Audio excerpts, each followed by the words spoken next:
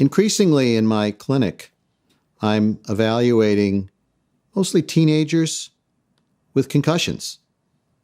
Now, are we experiencing more concussions among our youth, or are we better able to identify those with concussion and do a better job of trying to prevent concussion from disrupting children's lives? And I think it's the latter.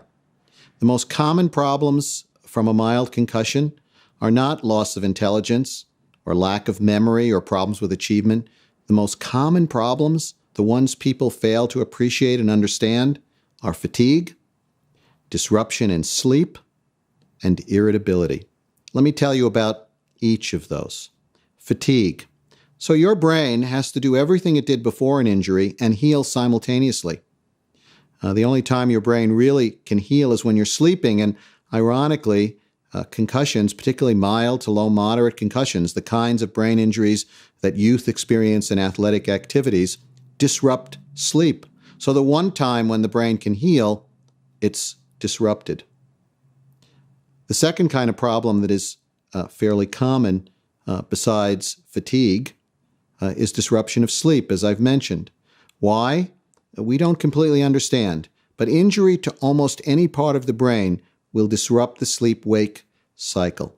So now this brain that has to heal is struggling to do so because sleep is disrupted. Let me come back to this issue of fatigue first. Why is the brain fatigued? Why are you tired, not just with physical exertion, but with thinking or concentration?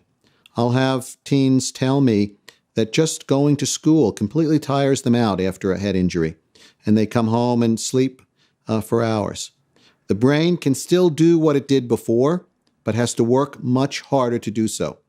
We know this from fMRI studies of brains of people with injuries. The brain can still do what it was doing, but now has to work harder to do it. Consumes more oxygen, more sugar, and burns more calories, as it were. So fatigue, problems with sleep, and problems with irritability. A low emotional threshold and a high intensity of reaction. Suddenly, this youth who was calm and patient is agitated and irritable. Little events lead to big emotional outbursts. This problem with emotional regulation, this kind of irritability, is one of the most common post-concussive symptoms, again experienced to injury almost to any part of the brain.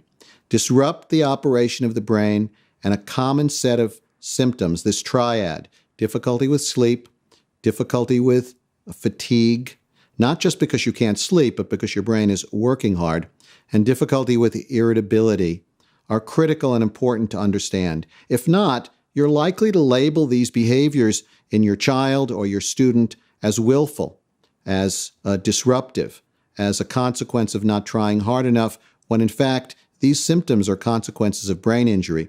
They require time and support and understanding. This is Dr. Sam Goldstein for Common Sense Science.